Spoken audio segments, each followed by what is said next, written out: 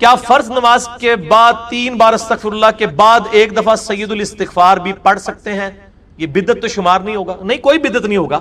صحیح مسلم میں حدیث ہے کہ نبی علیہ السلام فرض نماز کے بعد 3 دفعہ استغفر اللہ پڑھتے تھے اور پھر ایک دفعہ پڑھتے تھے اللہم انت السلام و منک السلام تبارکت یا ذا الجلال والاکرام۔ اور بخاری اور مسلم دونوں میں ہے کہ فرض نماز کا مکمل ہونا نبی علیہ السلام کی ہم تکبیر کی آواز سے پہچانتے تھے، یعنی بلند آواز سے آپ اللہ اکبر کہتے تھے۔ پہلے ایک دفعہ اللہ اکبر بلند آواز سے کہنا ہے، پھر 3 دفعہ آہستہ آواز میں استغفر اللہ۔ یہ ہمارے اہل حدیث بھائی جو ہیں اس سنت پہ عمل کر رہے ہیں، لیکن وہ استغفر اللہ بھی اونچا بولتے ہیں۔ استغفر اللہ اونچا بولنا خلاف سنت ہے، صرف اللہ اکبر بلند آواز سے۔ اور دوسری طرف علماء عرب ہیں، انہوں نے اپنے اذکار کارڈ میں سے اللہ اکبر نکال ہی دیا ہوا ہے، وہ صرف استغفر اللہ پڑھتے ہیں۔ اور جب ان سے پوچھیں کہ یار اللہ اکبر نہیں پڑھتے، وہ کہتے ہیں نہیں، یہ جو بخاری مسلم میں ہے نا کہ نبی علیہ السلام بلند آواز سے تکبیر پڑھتے تھے، تو تکبیر سے مراد استغفر اللہ ہے۔ دیکھیں آپ بندہ کو ضد میں، استغفر اللہ کس عربی ڈکشنری میں تکبیر ہے؟ اگر آپ نہیں مانتے تو ہم آپ کو علم الکلام اور فقہ والا جواب دیتے ہیں۔ بخاری مسلم میں حدیث ہے، حضرت ابو ہریرہ کہتے ہیں کہ نبی علیہ السلام جب نماز شروع کرتے تو تکبیر کہتے، جب رکوع میں جاتے تو تکبیر کہتے، جب رکوع سے سر اٹھاتے تو سمیع اللہ لمن حمیدہ ربنا ولک الحمد کہتے، جب سجدے میں جاتے تو تکبیر کہتے، جب سجدے سے سر اٹھاتے تو تکبیر کہتے۔ تو کیا وہ استغفر اللہ کہتے تھے؟ کہتے نہیں، وہ اللہ اکبر ہی ہوتا تھا۔ تو بخاری مسلم میں جو ہے کہ نماز کا ختم ہونا میں تکبیر کی آواز سے پہچانتا تھا، تو وہ بھی پھر استغفر اللہ نہیں، تکبیر ہی ہے۔ یہ میں نے فقی علماء عرب کو بھی دی تھی، اور وہ بڑے ضد میں ہیں۔ وہ کسی کارڈ کے اوپر ان سے جو عربی کارڈ بھی چھپ کے آتے ہیں نا، آپ لوگ دیکھیں نا، وہ اللہ اکبر نہیں لکھا ہوتا۔ یہ تو شکر ہے دارالاسلام والوں نے، چونکہ انٹرنیشنلی سب سے بڑا ادارہ ہے اہل حدیث کا، انہوں نے جو اذکار والے چھاپے اس میں اللہ اکبر چھاپا ہے، تو یہ عام ہوا ہے، ورنہ پاکستان کے اہل حدیث بھی اس کے اندر مبتلا ہو گئے تھے۔ اب ایون یہاں جو عرب ملکوں سے اہل حدیث آتے ہیں نا، وہ اللہ اکبر نہیں اونچا کہتے، وہاں پہ ٹرینڈ نہیں ہے، وہ سنت ہی کھا گئے ہوئے۔ دیکھو ایک سوال میں کتنے جواب دیتے ہیں۔ تو استغفر اللہ کے بعد آپ سید الاستغفار پڑھ سکتے ہیں۔ بخاری میں حدیث ہے، جو بندہ سید الاستغفار صبح کے وقت ایک دفعہ پڑھ لے پورے یقین کے ساتھ، یہ انٹرنیشنل نمبر کے مطابق ہے 6306، ٹھیک ہے جی، ابھی تو میں جوان ہوں۔ اللہم انت ربی لا الہ الا انت خلقتنی وانا عبدک وانا علی عہدک ووعدک ما استطعت اعوذ بک من شر ما صنعت ابوء لک بنعمتک علی وابوء بذنبی فاغفر لی فانہ لا یغفر الذنوب الا انت۔ جو صبح کے وقت پورے یقین سے پڑھ لے، شام سے پہلے مر گیا تو جنتی ہے، اور جو شام کو پڑھ لے صبح سے پہلے پڑھ گیا تو جنتی۔ یہ صبح شام کے اذکار بلو کارڈ میں ہمارا یہ ذکر موجود ہے۔ آپ یہ سید الاستغفار فرض نماز کے بعد پڑھ سکتے ہیں، بلکہ سنت بھی ہے۔ گرین کارڈ میں ہم نے نہیں ڈالا ہوا، جگہ نہیں تھی۔ مسند البزار میں صحیح سند کے ساتھ یہ حدیث موجود ہے کہ نبی علیہ السلام فرض نماز کے بعد بھی ایک دفعہ سید الاستغفار پڑھتے تھے۔ تو نہ صرف یہ جائز ہے بلکہ سنت ہے۔ اور میں الحمدللہ فرض نماز کے بعد جو آیت الکرسی کا وظیفہ ہے، باقی اذکار ہیں، تو میں سید الاستغفار ہر فرض نماز کے بعد پڑھتا ہوں، کیونکہ نبی علیہ السلام کی سنت تھی سید الاستغفار بھی، اور 3 دفعہ استغفر اللہ لادا سے، اور اللہم انت السلام منک السلام، اور باقی اذکار تسبیحات فاطمہ الگ سے۔ ہم کیا رکوع، سجدہ اور نماز دیگر مقامات پہ جہاں تسبیحات اور دعا کی جاتی ہے اس کے بعد درود شریف پڑھ سکتے ہیں؟ ضرور پڑھیں۔ دعائیں نبی علیہ السلام کی حدیث ہے صحیح مسلم میں کہ سجدے میں تم اپنے رب کے سب سے قریب ہوتے ہو، اس وقت زیادہ سے زیادہ دعائیں کرو۔ لیکن صحیح مسلم میں حدیث ہے مولا علی رضی اللہ تعالیٰ عنہ سے کہ نبی علیہ السلام نے ہمیں سجدے اور رکوع میں قرآن پڑھنے سے منع کیا ہے۔ قرآن نہ پڑھیں، دعائیں پڑھیں، اور دعا قرآن والی دعا بھی پڑھ سکتے ہیں۔ ربنا آتنا فی الدنیا حسنہ اگر کوئی پڑھتا ہے، وہ قرآن نہیں پڑھ رہا، قرآنی دعا پڑھ رہا ہے، دعا کی نیت سے، کیونکہ یہ تو الگ سے حدیث میں بھی ہے۔ ورنہ تو سبحان اللہ بھی تو قرآن میں آیا ہے، وہ بھی نہیں پڑھ سکتے۔ الحمدللہ آیا قرآن میں؟ نہیں، قرآن کی نیت سے قرآن پڑھنا منع ہے۔ قرآنی دعائیں، قرآنی اذکار رکوع اور سجود میں پڑھیں، بلکہ نبی علیہ السلام دعا نہیں پڑھتے تھے، سبحانک اللہم ربنا وبحمدک اللہم اغفر لی، بخاری مسلم میں آتا ہے رکوع اور سجدے میں، یہ دعا ہی ہے نا، استغفار ہے، دعا ہے، اے اللہ مجھے بخش دے۔ اس کے بعد آپ دروشی پڑھیں، اللہم صلی علی محمد وعلی آل محمد، ٹھیک ہے۔ دروشی بھی چونکہ دعا ہے نبی علیہ السلام کے حق میں، اہل تشیع تو پڑھتے ہیں رکوع اور سجدے میں، آپ بھی پڑھیں، کوئی مسئلہ نہیں ہے۔ وطر میں بھی ہم تو پڑھتے ہیں اہل سنت، دعائے قنوت کے بعد درود شریف، جنازے میں بھی پڑھتے ہیں درود شریف، ہر نماز کے تشہد میں پڑھتے ہیں درود شریف۔ رکوع میں سجدے والی دعا منہ سے نکل جائے یا سجدے میں رکوع والی، تو کیا سجدہ صاحب ہوگا؟ کوئی نہیں کرنا ہوگا، بلکہ کئی دعائیں تو کامن ہیں۔ صحیح مسلم میں کہ رکوع اور سجدے میں نبی علیہ السلام پڑھتے تھے سبوح قدوس رب الملائکۃ والروح۔ بخاری مسلم دونوں میں ہے کہ نبی علیہ السلام رکوع اور سجدے دونوں میں پڑھتے تھے سبحانک اللہم ربنا وبحمدک اللہم اغفر لی۔ دعائیں کامن ہیں، ایک دعا ہے جو ڈیفرنٹ ہے، جو ترمذی میں آئی ہے کہ نبی علیہ السلام حکم دیتے کہ رکوع میں پڑھیں سبحان ربی العظیم اور سجدے میں پڑھیں سبحان ربی الاعلیٰ۔ یہ انٹرچینج بھی ہو جائیں، اصل مقصد تسبیحات ہے، سجدہ صاحب واجب نہیں ہوگا، نماز ہو جائے گی۔ کیا درس کے دوران بندہ دل سے کوئی ذکر کر سکتا ہے یا درس خاموشی سے سنے؟ کر سکتے ہیں ذکر، جمعے کے خطبے کا پروٹوکول ہے کہ اس کے دوران آپ نے کچھ نہیں کرنا۔ ویسے نبی علیہ السلام کا نام آ گیا صلی اللہ علیہ وآلہ وسلم کر لیں، لیکن مسلسل تسبیح لے کے بیٹھے ہوئے ہیں آپ، تقریر نہیں آپ سن رہے امام کی خطیب کی، یہ غلط ہے۔ باقی اس کا وہ پروٹوکول نہیں ہے، بہتر ہے کہ اس میں بھی نہ کریں، لیکن اگر آپ اس کے ذکر کرنے کے دوران مجھے سن بھی صحیح اٹینٹیو ہو کہ یہ پیرلل میں دونوں کام کر رہے ہیں تو جائز ہے۔ میں نہیں کہنا کہ میرا ضروری سننا ہے۔ بعض لوگ ہوتے ہیں جن کی زبان چلتی ہے، میں خود بھی مطلب کئی مجلسوں میں بیٹھتا ہوں، دروشی پڑھتا رہتا ہوں، میں بات بھی سن رہا ہوتا ہوں، بلکہ ہم تو اب اتنے تیز ہو گئے ہیں، ہماری تو 4 آنکھیں اور 10 کان ہوتے ہیں۔ لوگوں کے ساتھ وہ دعوت و تبلیغ کی وجہ سے جڑ کے تو 3 نمازیں بھی سمجھ آ رہی ہوتی کہ وہ کہنا ہے، تو جائز ہے۔ اب اگلی آیت جو ہے یہ آیت الکرسی کہلاتی ہے، کیونکہ اس میں اللہ تعالیٰ کی بادشاہت کی کرسی کا ذکر ہے۔ اس کی فضیلت میں کئی ایک احادیث ہیں، صحیح بخاری میں ایک بڑی ڈیٹیل حدیث ہے، مال غنیمت کی چوکیداری کے اوپر سیدنا ابو ہریرہ کو نبی صلی اللہ علیہ وآلہ وسلم نے مامور کیا، اور 3 راتوں تک ایک شخص آ کے وہاں چوری پرفارم کرنے کی کوشش کرتا رہا، تو حضرت ابو ہریرہ نے اسے پکڑ لیا۔ پہلی دفعہ پکڑا تو اس نے کہا چھوڑ دو، اگلی دفعہ نہیں آؤں گا۔ دوسری بار پکڑا تو اس نے کہا چھوڑ دو، اگلی دفعہ نہیں آؤں گا۔ تیسری دفعہ جب پکڑا تو انہوں نے کہا اب تو میں تجھے رسول اللہ کی بارگاہ میں ضرور پیش کروں گا۔ تو اس نے کہا کہ مجھے چھوڑ دو، میں تمہیں ایک ایسا وظیفہ بتاتا ہوں کہ اگر رات کو بستر پہ جاتے وقت تم وہ وظیفہ کر لو تو صبح تک اللہ تعالیٰ کی طرف سے تمہاری حفاظت کے اوپر فرشتہ مامور ہوگا، شیطان تمہارے قریب نہیں آئے گا۔ یہ حدیث صحیح بخاری میں 2311 ہے، انٹرنیشنل نمبر کے مطابق ہمارے صبح و شام کے اذکار میں بھی ہم نے ڈالی ہوئی ہے۔ تو پھر اس نے جو وظیفہ بتایا وہ ہے کہ آیت الکرسی رات کو بستر پہ جاتے وقت پڑھ لیا کرو۔ تو حضرت ابو ہریرہ نے اس کو چھوڑ دیا۔ نبی علیہ السلام ہر موقع پہ جب وہ صبح بتاتے تھے تو نبی صلی اللہ علیہ وآلہ وسلم فرماتے تھے وہ جھوٹا ہے، آج پھر آئے گا۔ تو خیر وہ بھی سمجھدار تھا، وہ تیسری دفعہ جب جھوٹا ہے وہ چوتھی دفعہ آیا نہیں ہے۔ تو تیسری دفعہ حضور نے کہا کہ 3 دنوں سے تمہارا جو آنے والا وہ مہمان تھا نا، وہ شیطان تھا جو انسانی شکل میں آیا تھا، ہے وہ جھوٹا ہے لیکن اس نے بات سچی کی ہے۔ تو یہ ایک اصولی بات ہے کہ سچی بات اگر جھوٹا بھی کرے تو اس بات کی تصدیق کر دینی چاہیے۔ تو وہ آیت الکرسی کا وظیفہ مل گیا۔ اسی طریقے سے سنن نسائی الکبریٰ میں اسی کی ایکسٹینشن ہے۔ سنن نسائی الکبریٰ کے اندر ایک حدیث ہے، امام نسائی نے اس میں ایک چیپٹر باندھا ہے عمل الیوم واللیلہ، وہ سنن نسائی الکبریٰ کا چیپٹر ہے۔ اس میں انٹرنیشنل نمبر کے مطابق ہے یہ 8017 نمبر حدیث، حاکم میں بھی موجود ہے اس کا کچھ حصہ 2064، کہ جو شخص صبح کے وقت آیت الکرسی پڑھ لے شام تک وہ اللہ کی حفاظت میں رہتا ہے شیاطین سے، جنات سے، اور جو شام کے وقت ایک دفعہ آیت الکرسی پڑھ لے صبح تک حفاظت میں رہتا ہے۔ تو یہ اللہ کا شکر ہے کہ جو لوگ فجر اور مغرب کی نماز پڑھ رہے ہیں وہ آٹومیٹکلی آیت الکرسی پڑھ لیتے ہیں۔ اب جس نے فرض نماز کے بعد آیت الکرسی پڑھ لی ہے نا، اسے دوبارہ سے یہ ذکر کرنے کی ضرورت نہیں ہے، وہ اس میں امپلائڈ ہے، وہ شامل ہے، دوبارہ کر لیتا تو بہت اچھی بات ہے۔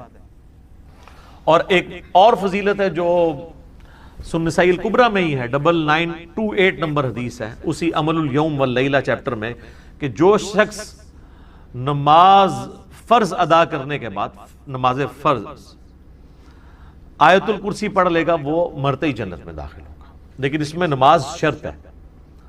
تو یہ بھی ایک فضیلت ہے اس اعتبار سے۔ اس کی ایک ضعیف سند بھی ہے سنن کبریٰ البیہقی میں مولا علی سے، اس میں الفاظ یہ ہیں کہ وہ آیت الکرسی کسی سے گفتگو کرنے سے پہلے پڑھ لے۔ لیکن جو سنن نسائی الکبریٰ میں صحیح سند ہے اس میں یہ الفاظ نہیں ہے. لیکن اس طرح کی جو ضعیف روایتیں ہیں نا، جب صحیح احادیث کو سپورٹ کر رہی ہوں نا تو اسی کو فالو کرنا چاہیے. کوشش یہی کرنی چاہیے کہ بغیر گفتگو کیے سلام پھیرتے ہی آیت الکرسی پڑھ لی جائے. البتہ اگر کوئی گفتگو کر بھی لیتا ہے تب بھی فضیلت مل جائے گی، کیونکہ جو صحیح حدیث میں اس طرح کے الفاظ موجود نہیں ہیں. تو یہ 3 بڑے بڑے فضائل ہیں. باقی میں نے قرآن حکیم کی صورتوں کے فضائل کے اوپر ڈیٹیل لیکچر ریکارڈ کروا دیا ہوا ہے. مسئلہ نمبر 112 ABC، جسے شوق ہے تو وہ دیکھ سکتا ہے. اللہ لا الہ الا ہو، اللہ ہی ہے وہ کہ نہیں ہے کوئی معبود سوائے اس کے. الحی القیوم، وہ خود سے زندہ ہے اور باقی سب کو قائم اسی نے رکھا ہوا ہے. سب کو زندہ رکھنے والا وہ ہے، باقیوں کی زندگی اس سے مستعار ہے، اس کی زندگی حقیقی ہے، اپنی. لا تأخذہ سنۃ ولا نوم، اور اس کی زندگی اتنی کامل ہے کہ نہ تو اسے اونگ آتی ہے اور نہ نیند. ہماری زندگی آپ دیکھ لیں ناقص ہے. ہم 24 گھنٹے کے اندر ایک دفعہ ضرور مر جاتے ہیں. موت نیند کی بہن ہے نا. اسی لیے آپ دیکھیں آپ کو جو رات کو سونے کی دعا سکھائی گئی ہے صحیح بخاری میں، اللہم بسمک اموت و احیا، اور اللہم باسمک اموت و احیا، دونوں الفاظ درست ہیں. تیرے نام سے زندہ ہوتا ہوں اور مرتا ہوں.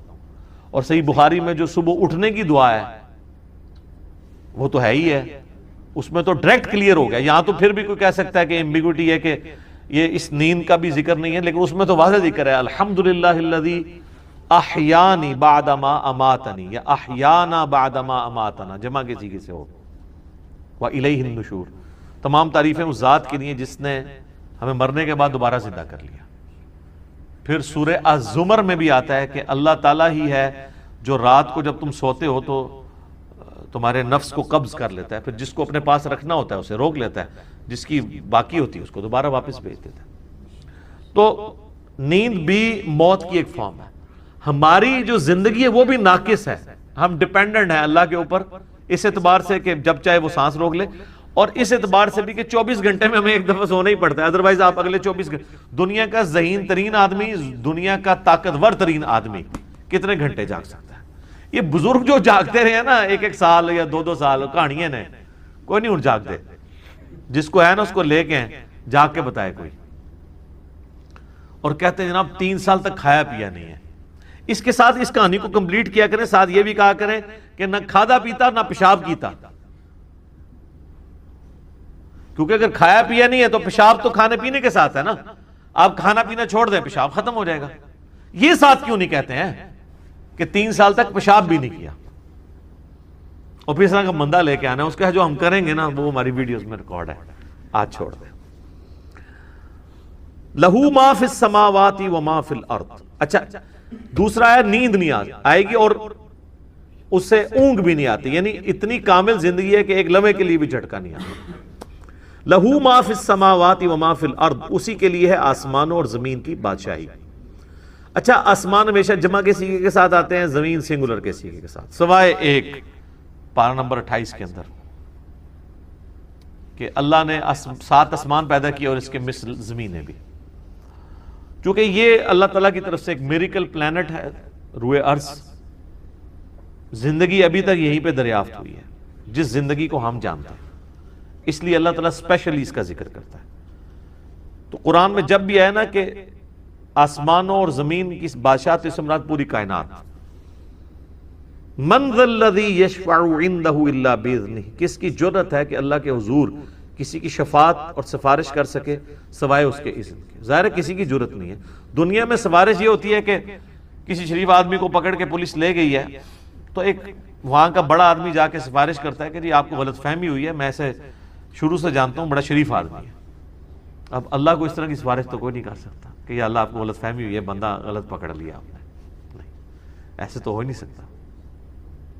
اسی لیے اللہ نے کہا کہ اس کی جرأت ہے کہ مجھے کہے، مجھے سفارش کرے کسی کی، کہ میرے کہنے سے نہیں. تو اب آپ دیکھ لیں بابوں کے بارے میں وہ دھونس کے عقیدے جو رکھے ہوئے ہیں. اسی تو آپ کو قرآن نہیں پڑھنے دیتے. جس نے یہ آیت پڑھنی ہے اس نے کہنا ہے کہ بابا کتوں آ گیا، اتنے کوئی کھنگڑ نہیں دینا اللہ نے. سوائے جس کو اذن دیا ہے محمد رسول اللہ صلی اللہ علیہ وآلہ وسلم. اور وہ بھی ایک پوری دردناک حدیث ہے بخاری مسلم میں، حدیث شفاعت. وہ یوٹیوب پہ میرا کلپ دیکھ لیں، شفاعت رسول صلی اللہ علیہ وآلہ وسلم کا عقیدہ. یعلم ما بین ایدیہم وما خلفہم، وہ جانتا ہے جو ان سے پہلے ہو چکا، جو ان کے بعد ہونے والا ہے.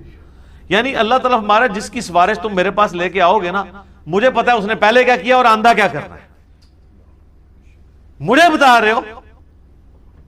اور ایک معنی یہ بھی ہے کہ جو سفارشی بھی ہے نا، اللہ تعالیٰ ان کو بھی جانتا ہے کہ ان کا علم پہلے کا کیا تھا اور بعد کا علم کیا ہے. اللہ تعالیٰ نے ہر ایک کو اپنے علم سے گھیرا ہوا ہے. وَلَا يُحِيطُونَ بِشَيْءٍ مِّنْ عِلْمِهِ إِلَّا بِمَا شَاءَ، اللہ کے علم کو کوئی نہیں گھیر سکتا سوائے اللہ تعالیٰ جس کے لیے چاہے تو اس کے اوپر کوئی علم آشکار کر لے.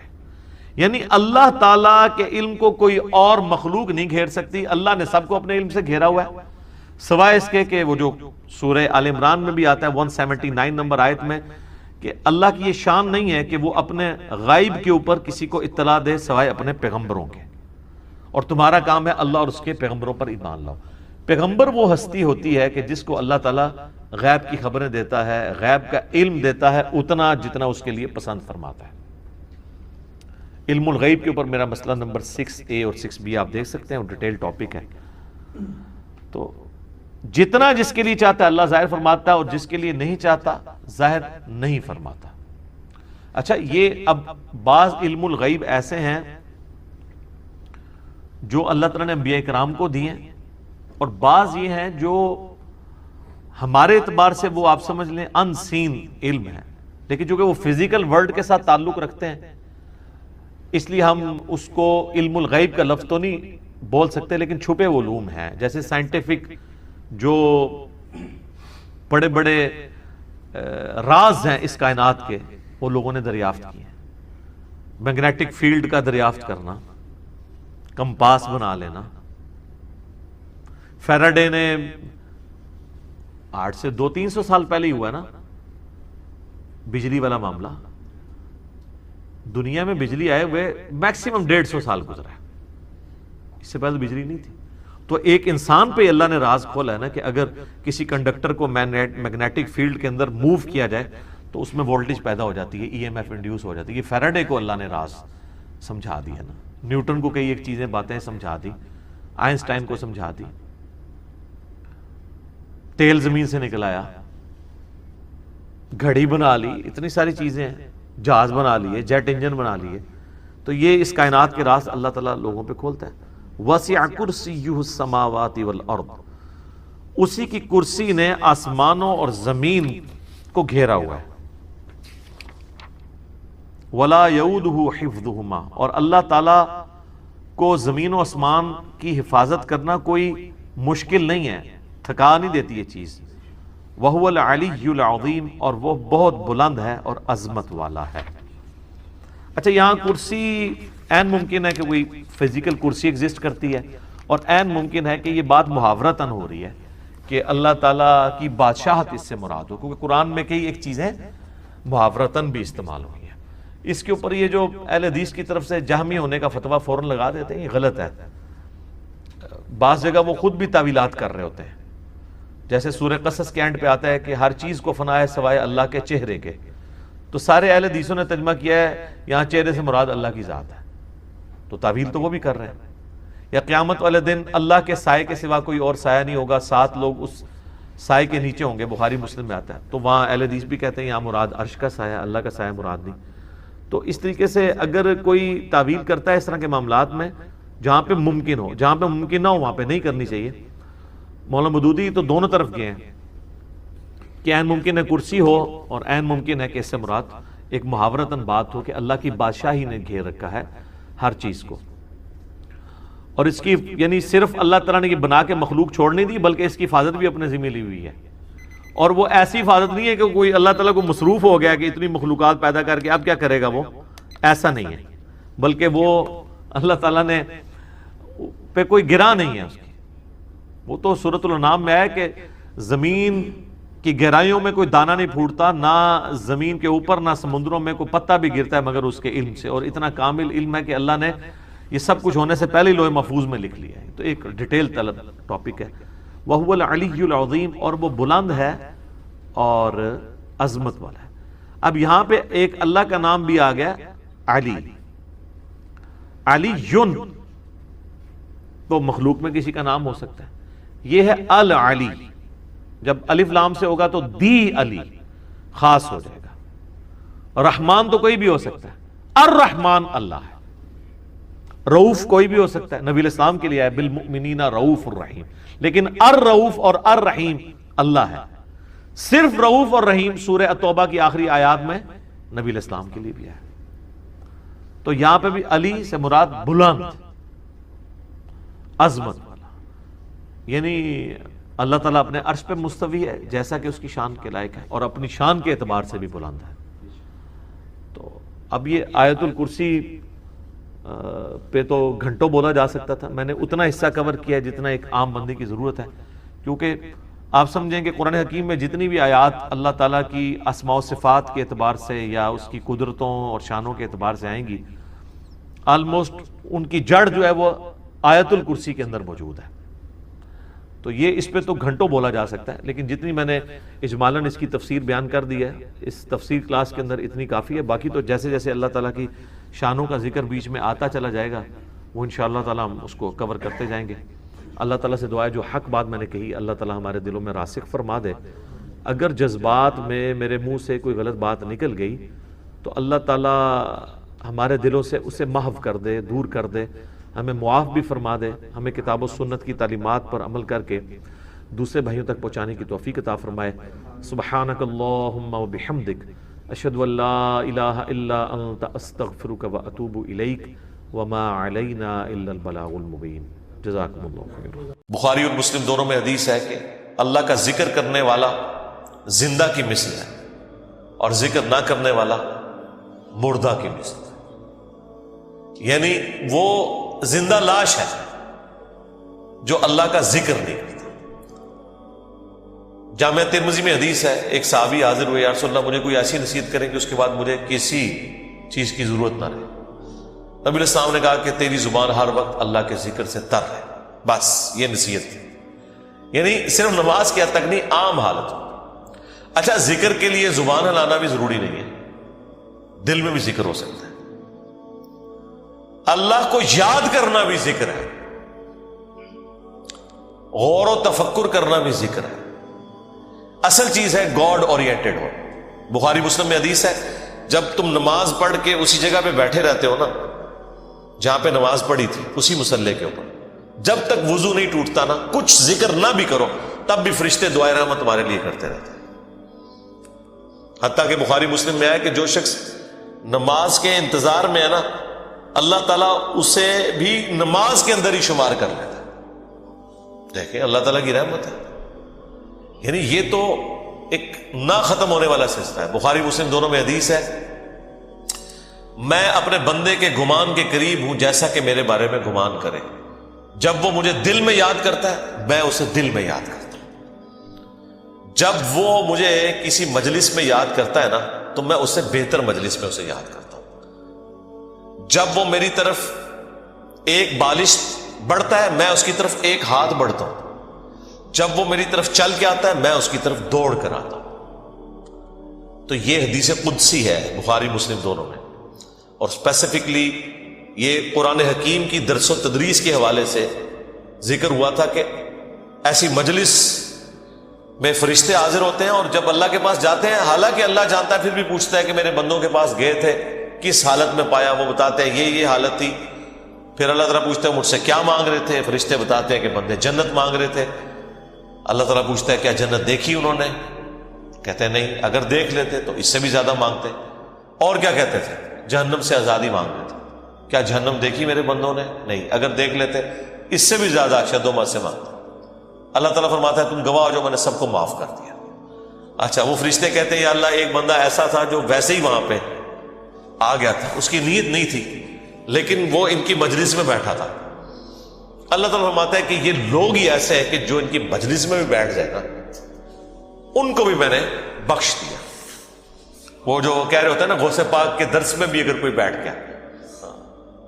کہانیوں میں نہیں میرے بھائی، درس قرآن میں، وہ چاہے غوث پاک دے رہے ہو یا کوئی انجینئر پاک دے رہے ہو یا کوئی ڈاکٹر پاک دے رہے ہو، اگر اخلاص کے ساتھ کوئی اللہ کا ذکر کر رہا ہے، خالص توحید بتا رہا ہے، قرآن و سنت کی تعلیمات بتا رہا ہے، اس کی مجلس میں بیٹھنے والے کے لیے جنت کا راستہ آسان ہو جائے گا۔ وہ تو حدیث ہے صحیح مسلم کے اندر کہ جو علم کے راستے پہ چلتا ہے اللہ تعالیٰ جنت کا راستہ اس کے لیے آسان کر دیتا ہے۔ یہ تو بالکل اسٹیبلش چیز ہے۔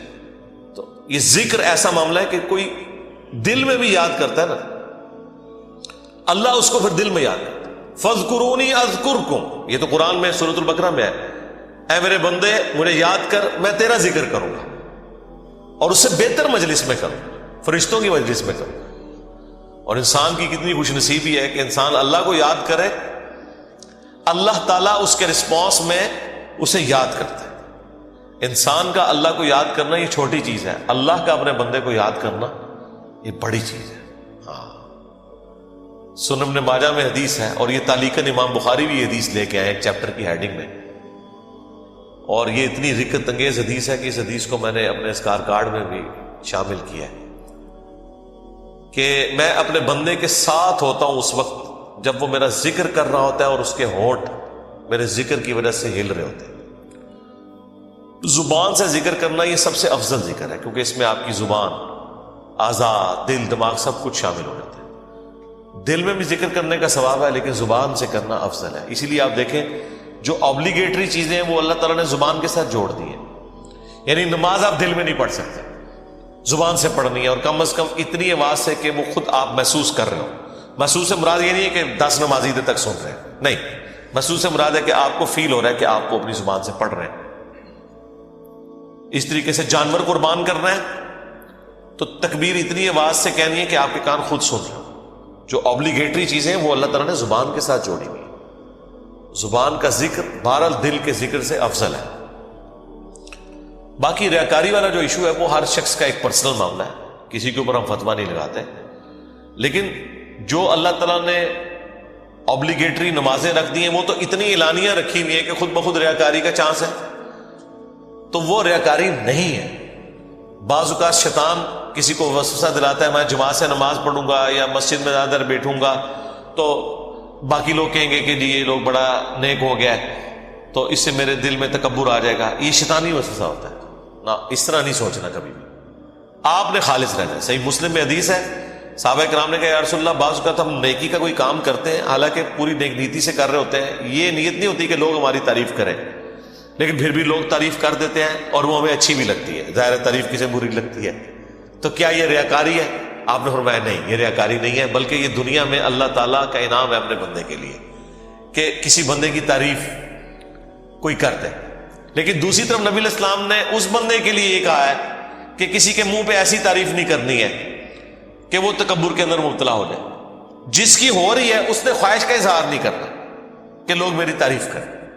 تو یہ باریک سے فرق ہوتے ہیں جس کی وجہ سے بعض اوقات شیطان، میں نے کئی لوگوں کو سنا ہے کہ جی ہم نے داڑھی رکھ لی تو پھر لوگ مسائل پوچھیں گے، لوگ ہمیں نیکوکار کہیں گے، اس لیے جی ہم داڑھی نہیں رکھ رہے، پھر وہ قرآن و حدیث سے سب سے بڑی دلیل دینا شروع کر دیتے ہیں جی ڈاکٹر اقبال کی بھی داڑھی نہیں تھی۔ قرآن و حدیث ان کے نزدیک یہ ہے کہ ڈاکٹر اقبال کی داڑھی نہیں تھی، اور پوری زندگی ڈاکٹر اقبال کو یاد کرتے مر جاتے ہیں، اللہ کے نبی علیہ السلام کو پس پش ڈال دیتے ہیں۔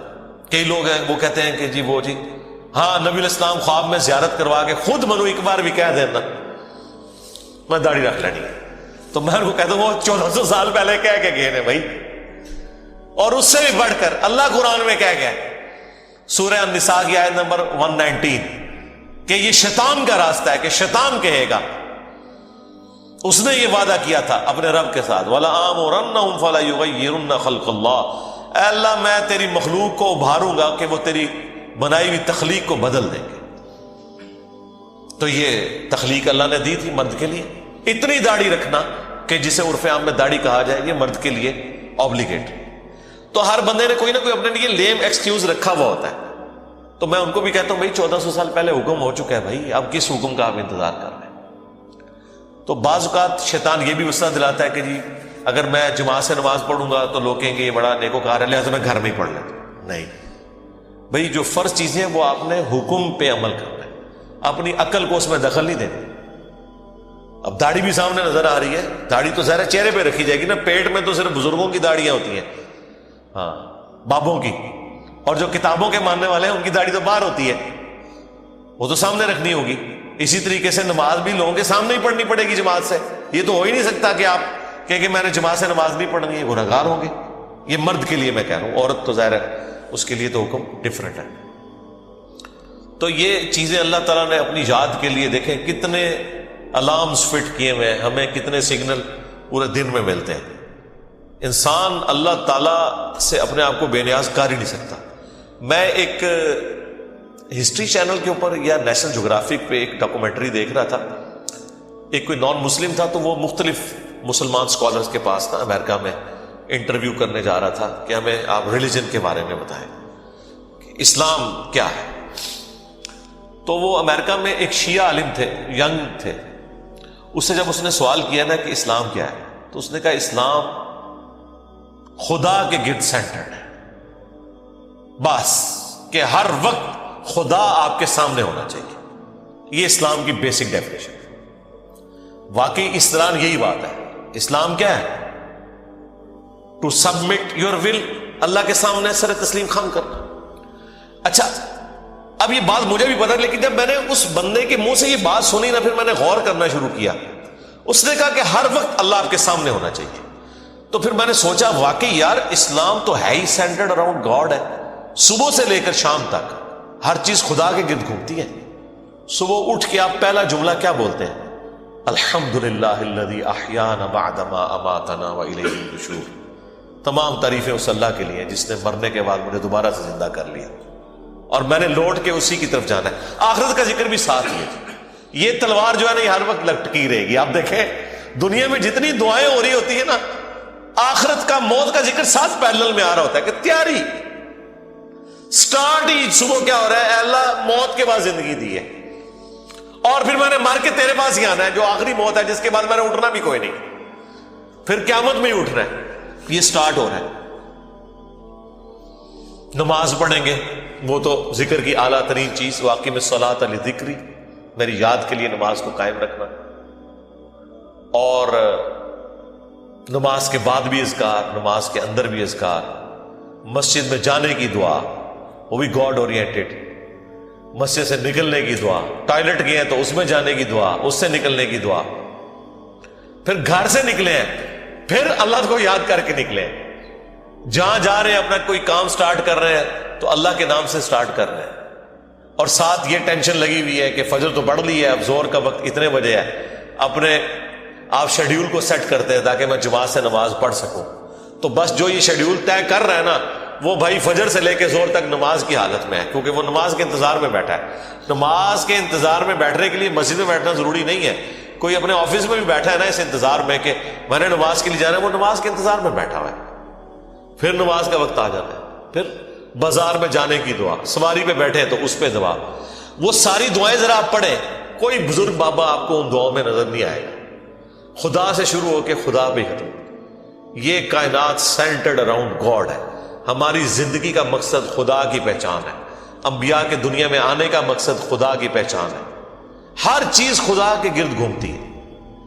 یہ اصل میں اللہ کو مطلوب انسان ہے جو سینٹرڈ اراؤنڈ گاڈ۔ تو آپ اس کے ذرا ٹیسٹ کو فیل کریں۔ الذین آمنوا، جو لوگ ایمان لائے، وتطمئن قلوبہم بذکر۔ ابن عباس کو جب ایک یہودی آ کے یہی بات کرتا ہے تو وہ جواباً کہتے ہیں کہ اس دن تو اللہ نے ہمیں 2 عیدیں دی ہوئی تھی۔ 2 عیدوں کا لفظ ہے، ایک جمعے کا دن اور ایک یوم عرفہ۔ اچھا اس سے پتا چلا یہ جو عید کے لفظ پہ بھی آپ جھگڑتے ہیں نا کہ جی عیدیں 2 ہی ہوتی ہیں، سرکار 52 عیدیں تو یہ ہو گئی، 52 جمعے تو سال میں آتے ہیں، اور یوم عرفہ 53۔ تو لغت میں اگر کوئی عید کے لیے یعنی عید میلاد النبی کہہ لیتا ہے تو یہ کوئی جھگڑے والی بات نہیں ہے۔ اصطلاحاً وہ بھی وہی والی عید ہی مانتے ہیں 2۔ نماز وہ عید الفطر اور عید الاضحیٰ کے دن ہی پڑھتے ہیں، اس دن کوئی نماز نہیں ہو رہی ہوتی، بلکہ کئی لوگوں نے تو روزہ رکھا ہوا ہوتا ہے یار۔ تو پھر وہ اعتراض کر رہے ہوتے ہیں اچھا یہ عید کا دن ہے تو آپ لوگوں نے روزہ کیوں رکھا ہوا ہے؟ وہ کہتے ہیں جی آپ کو بتاتے ہیں، بخاری مسلم میں حدیث ہے کہ 10 محرم جو ہے وہ عید کا دن تھا یہودیوں کے لیے، حضرت موسیٰ علیہ السلام کو نجات ملی تھی تو وہ روزہ رکھتے تھے، تو نبی علیہ السلام نے کہا کہ تم بھی رکھا کرو، تو عید والے دن بھی روزہ رکھا جا سکتا ہے بشرطے کہ وہ عید وہ والی عید ہو۔ ہوں تھی منہ اڑ کے بہ جاؤ، اس لیے چھوڑ دو یار، آپ لوگوں کو اندازہ نہیں ہے کہ اتنے آسان معاملات نہیں ہے کہ ان کو اس طریقے سے ٹیک۔ ہاں آپ اگر اپنے فرقے میں ہی پوری زندگی رہے ہیں اور آپ کو دوسرے کے دلائل کا نہیں پتا، تو جس طرح سنیوں کو پتہ ہی نہیں تھا کہ اہل البیت پہ کیا افطار ٹوٹی ہے، وہ تو سمجھ رہے تھے یہ شیعہ پاگل ہیں جو یہ ماتم کر رہے ہیں، ٹھیک ہے۔ اب ان کا یہ حال ہے کہ وہ کہتے کہ یار یہ سانو ہی پیٹ رہے جے، ساڈے وڈیاں نو ہی پیٹتے پے جے، تو صحیح پیٹتے پے جے۔ جب تک آپ کو نہیں پتا تو ظاہر آپ کو تو پتہ ہی نہیں کہ پرابلم کیا کھڑا ہوا ہے، تو اس لیے یہاں پہ بھی ان ایشوز کو اتنا آسان نہیں ہے۔ بال واپس آ جائیں تو اس حدیث بخاری اور مسلم کی جو میں نے بیان کی، اس سے پتا چلا کہ نبی علیہ السلام نے جس سال حج کیا ہے اس دن یوم عرفہ جمعے کے دن آیا تھا، 9 ذی الحجہ۔ تو دیکھیں 9 ذی الحجہ جمعے کے دن، اس کے بعد ذی الحجہ کے بعد کون سا مہینہ آتا ہے؟ محرم، پھر سفر، اور پھر ربیع الاول۔ تو بیسیکلی تو 3 ہی مہینے انوالو ہوئے، یہ چوتھے کو بھی چلے بیچ میں شامل کر لیں۔ یہ جو 3 مہینے ہیں نا جن کے چاند دیکھے گئے ہیں وہ کون کون سے ہیں؟ محرم، سفر اور ربیع الاول۔ یہ تینوں مہینے 30 کے رکھ لیں، تینوں 29 کی رکھ لیں، حالانکہ 3 کٹھے 29 اور 30 کے نہیں ہوتے، 2 29 1 30 1 29 2 30، کوئی بھی کمبینیشن بنا لیں اور آپ گننا شروع کریں کہ 9 ذی الحجہ کو جمعہ تھا، 10 ذی الحجہ کو ہفتہ ہوا، یوں کرتے کرتے آپ ربیع الاول تک جب پہنچیں گے نا، اور چاروں جو پاسبل آپ کی بنتی ہیں کیلکولیشنز کہہ لیں یا آئٹریشنز پرفارم جو کرنی ہے وہ آپ کر لیں، تو آپ دیکھیں گے کسی کیلکولیشن میں بھی حیران کن بات ہے کہ 12 ربیع الاول منڈے والے دن نہیں بن رہی ہوگی، یا وہ جمعے والے دن بن رہی ہوگی، یا وہ ہفتے والے دن بن رہی ہوگی، یا اتوار کو بن رہی ہوگی، منڈے کو نہیں بن رہی، جبکہ بخاری مسلم سے ہمیں پتا چلا کہ وہ منڈے کا دن تھا، تو اس کا مطلب ہے کہ 12 تو نہیں تھا، اس کے علاوہ کوئی اور دن ہو سکتا ہے۔ یہ ریسرچ پیپر میں نے 2001 میں لکھا تھا، 8 سے 21 سال پہلے، لکھ کے سارے وہابیوں کو بھیجا، چاہے وہ اہل حدیث تھے، دیوبندی تھے، کہ اس کا جواب دو۔ بڑے بڑے مدارس میں لوگ لے کے گئے، ایک ہفتہ مانگا، لیکن آج 21 سال گزر چکے ہیں، جواب نہیں آیا۔ شیخ زبیر علی صاحب سے میری 2008 میں بات ہوئی تو وہ مجھے کہنے لگے میرے پاس بھی آیا تھا، تو میں نے کہا آپ ہی جواب لکھ دیتے۔ کہتے جواب کیا لکھتے، صحیح لکھا ہوا تھا، لیکن خاموشی اختیار کر لی۔ ہونا تو چاہیے تھا کہ اگر صحیح لکھا تھا تو کہتے کہ ٹھیک لکھا ہوا ہے۔ بہرحال انہوں نے جو اپنی کتاب فضائل درود و اسلام جو ترجمہ کیا انہوں نے فضل الصلاۃ علی النبی کا، قاضی اسماعیل کی کتاب کا، اس کے اینڈ پہ انہوں نے نبی علیہ السلام کی نا مختصر سی سیرت 2 صفحات کے اوپر لکھی ہے۔ اس پہ اینڈ پہ انہوں نے لکھا ہے کہ نبی علیہ السلام 11 ہجری میں منڈے کے دن ربیع الاول میں فوت ہوئے، 12 تاریخ نہیں لکھی، یعنی ان کو سمجھ آ گئی۔ اب آ جائیں جو لوگ مروجہ طریقے سے اس ایشو کو لے کے چل رہے ہیں، وہ یہ کہتے ہیں کہ جی اس کی اصل قرآن کے اندر موجود ہے۔ اللہ تعالیٰ نے سورہ یونس میں فرمایا قُلْ بِفَضْلِ اللَّهِ وَبِرَحْمَتِهِ فَبِذَلِكَ فَلْيَفْرَحُوا، کہ اے نبی تم فرماؤ کہ اللہ کے فضل اور رحمت کے ملنے کے اوپر خوشیاں مناؤ، اور یہ اس سے بہتر ہے جو تم نے دنیا کا متاع جوڑ رکھا ہے۔ وہ کہتے ہیں کہ جی قرآن کا واضح فتویٰ ہے کہ اللہ کا فضل اور رحمت ملے تو خوشیاں مناؤ، اور کہتے ہیں اس سے بڑی کیا رحمت ہوگی کہ وما ارسلناک الا رحمتا للعالمین، اور پھر ایسی رحمت اور ایسی نعمت کہ سورہ آل عمران میں اللہ تعالیٰ فرما رہے ہیں لقد من اللہ علی المؤمنین اذ بعث فیہم رسولا، بے شک اللہ تعالیٰ کا احسان ہوا ہے مومنین کے اوپر کہ ان میں سے ہی ایک رسول ان میں مبعوث ہوئے۔ یتلو علیہم آیاتہ ویزکیہم ویعلمہم الکتاب والحکمہ وان کانوا من قبل لفی ضلال مبین، جو ان پر اللہ کی آیات تلاوت کرتے ہیں، ان کا تزکیہ کرتے ہیں، انہیں کتاب و حکمت سکھاتے ہیں، اس سے پہلے یہ کھلی گمراہی میں تھے. تو کہتے ہیں کہ یہ اللہ نے وہ احسان کیا جسے قرآن میں احسان کے طور پر بیان کیا ہے، لہذا احسان بھی ہے، رحمت بھی ہے، اور قرآن کہہ رہے کہ اللہ کے فضل اور رحمت کے اوپر خوشیاں مناؤ. تو اس لیے ہم میلاد اس طریقے سے مناتے ہیں کہ رسول اللہ سے بڑا کوئی احسان نہیں. ہم کہتے ہیں رکو ذرا، صبر کرو، بالکل ٹھیک کہہ رہے ہو، لیکن اس طریقے پر مناؤ جو نبی علیہ السلام نے تعلیم فرمایا ہے. صحیح مسلم میں فیہ ولدت وفیہ انزل علیہ، پوچھا گیا پیر کے روزے کے بارے میں، فرمایا اس دن میں پیدا ہوا اور اس دن مجھ پر پہلی وحی نازل ہوئی. تو نبی علیہ السلام نے جشن قرآن اور جشن میلاد منڈے کا روزہ رکھ کر منایا ہے. اور مزے کی بات بتاؤں، یہ سورہ یونس کی جو آیات ہے نا، یہ اسپیسیفکلی نزول قرآن کے بارے میں ہے. یا ایھا الناس قد جاءتکم موعظۃ من ربکم، یہاں سے یہ سٹارٹ ہوتا ہے، اے لوگو بے شک تمہارے پاس اللہ کی طرف سے واضح و نصیحت والی کتاب نازل ہو گئی جو دلوں کو لگے ہوئے روگ کا علاج ہے اور رحمت ہے مومنین کے لیے. پھر ساتھ اللہ نے فرمایا قل بفضل اللہ وبرحمتہ، اللہ کے فضل اور رحمت کے اوپر خوشیاں مناؤ. یہ اسپیسیفکلی قرآن کے بارے میں تھا. اب آپ اس کو جوڑ لیں صحیح مسلم کی حدیث کے ساتھ کہ نبی علیہ السلام نے قرآن اور اپنی پیدائش کی خوشی کو جمع کیا اور فرمایا فیہ ولدت وفیہ انزل علیہ، اس دن میں پیدا ہوا اور اس دن مجھ پر پہلی وحی نازل ہوئی. جشن قرآن اور جشن میلاد یہ اکٹھے نبی علیہ السلام نے منائے. مجھے بتائیں جو اسپیسیفکلی نبی علیہ السلام نے جس خوشی کا اظہار اپنی پیدائش کے ساتھ کیا وہ قرآن کی خوشی تھی، اور ہمارے علماء ہماری پبلک کو یہ بتاتے ہیں قرآن حدیث ڈائریکٹ نہیں پڑھنا، گمراہ ہو جاؤ گے. یہ کون سا جشن قرآن ہے کہ آپ قرآن کی آیات اپنی ہر نماز کی ہر رکعت میں پڑھیں، ایاک نعبد و ایاک نستعین، اور پھر نماز کے بعد آپ بابوں کو پکارنا شروع کر دیں، مرے ہوئے لوگوں کو اللہ کے مقابلے پر ٹھہرا لیں، خواہ بندے کہہ کر ٹھہرائیں خواہ کسی بھی طریقے سے، وہ ہمارے نفع نقصان کے مالک ہی نہیں ہے. تو جشن قرآن پریکٹیکلی یہ ہے کہ آپ اس توحید کے اوپر چلیں، اور جشن رسول یہ ہے کہ آپ نبی علیہ السلام کی عظمت اپنے دل میں بٹھائیں اور اس کے بعد نبی علیہ السلام کی جو دعوت ہے اس کو آگے لے کر چلیں. یہ ہے کام کرنے کا. اور یہ بات میں اپنی طرف سے نہیں کر رہا. ربیع الاول کے اس موقع پر میں تمام مسلمانوں سے ریکویسٹ کروں گا کہ سورۃ الاعراف کی جو آیت نمبر 157 ہے نا، اسے ایک دفعہ ضرور کور کریں تاکہ آپ کو پتا چلے کہ بینگ امتی ہماری کیا رسپانسبلٹی ہے میلاد کے حوالے سے، کہ نبی علیہ السلام کی جو دنیا میں تشریف آوری ہے، آپ کی جو پیدائش ہے، اس میں سے ہم نے رزلٹ کیا نکالنا ہے، اور کون سے اہل ایمان ہیں جن کے ایمان کو اللہ تعالیٰ نے قبول کیا ہے. یہ 157 نمبر آیت ہے اسپیسیفکلی نبی علیہ السلام کے حوالے سے کہ ان پر ایمان لانے والے لوگ کون سے ہیں.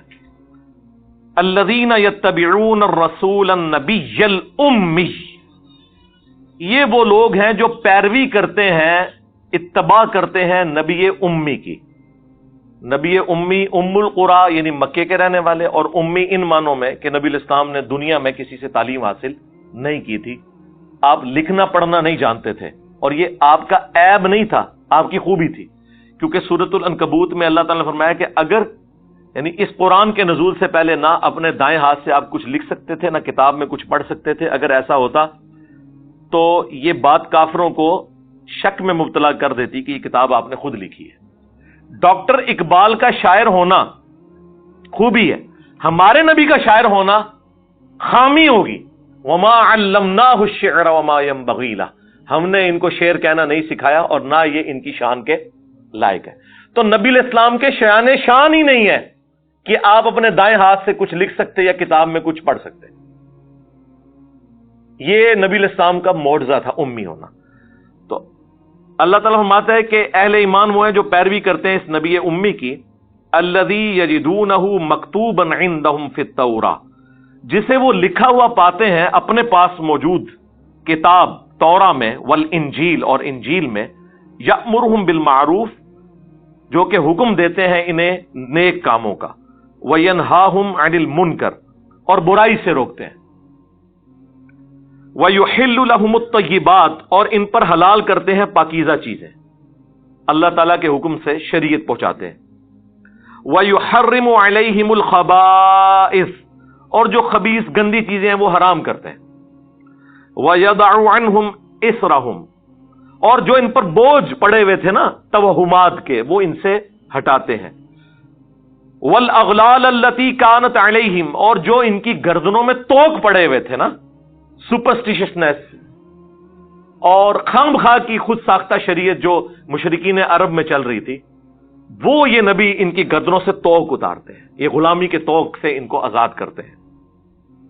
فَالَّذِينَ آمَنُوا بِهِ، پس جو بھی پھر اس نبی پر ایمان لے کر آئے، وَعَزَّرُوهُ، اور ان کی عزت کرے، وَنَصَرُوهُ، اور ان کی مدد کرے، وَاتَّبَعُوا النُّورَ الَّذِي أُنزِلَ مَعَهُ، اور پیروی کرے اس نور کی جو ان کے ساتھ نازل ہوا، یعنی قرآن۔ اولئک هم المفلحون، تو ایسے ہی لوگ ہوں گے پھر فلاح پانے والے۔ یعنی اہل ایمان کی رسپانسبلٹی ہے سب سے پہلے کہ نبی علیہ السلام کی عزت کرنی ہے، اس کے بعد ان کی مدد کرنی ہے دین کے معاملے میں۔ ظاہر نبی علیہ السلام تو اللہ کے ریپرزینٹیٹو بن کے آئے نا اس پلانٹ ارتھ پہ، اور اس کے بعد جو ان کے ساتھ کتاب نازل ہوئی ہے اس کی پیروی کرنی ہے، تب آپ ہوں گے کامیاب۔ یہ ہے میلاد کا مقصد منانے کا، کہ نبی علیہ السلام کے مشن کو آپ نے آگے لے کر چلنا ہے۔ اب یہ جو مروجہ سارا سلسلہ ہے یہ 7ویں صدی ہجری کے اندر شروع ہوا، اس سے پہلے دنیا میں اس طریقے سے میلاد نہیں منایا جاتا تھا۔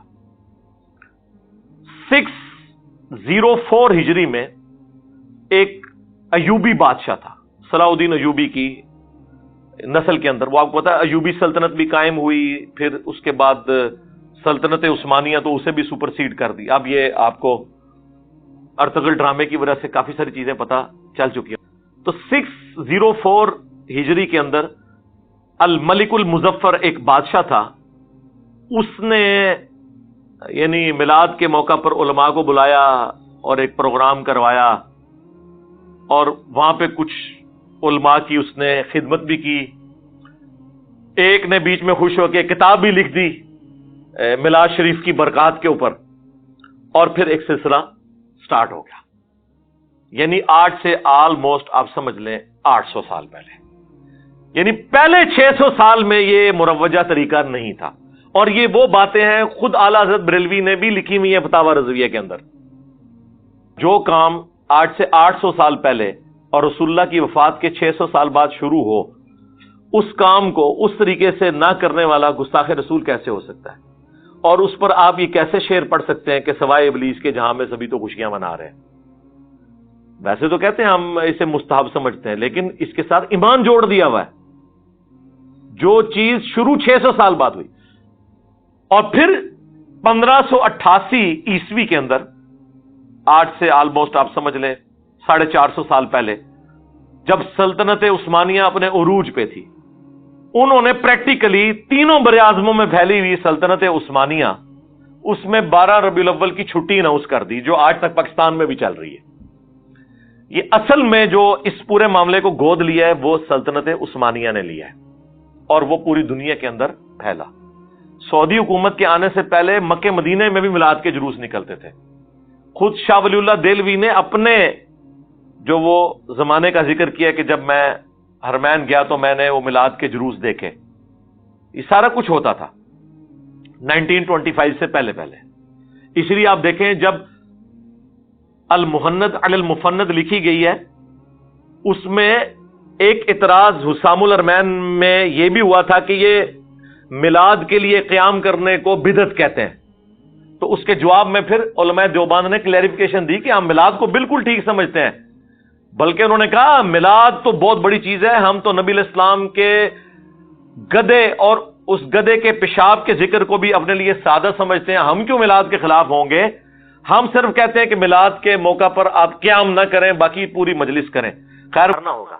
اگر حیض کی حالت میں جنبی والا معاملہ ہو گیا کسی بھی وجہ سے، ویسے تو حیض کی حالت میں مرد و عورت کا آپس میں ازدواجی تعلق حرام ہے. اگر کسی نے کر لیا تو وہ توبہ کرے گا، بڑا سخت معاملہ ہے. یعنی وہ انٹر کورس حرام ہے.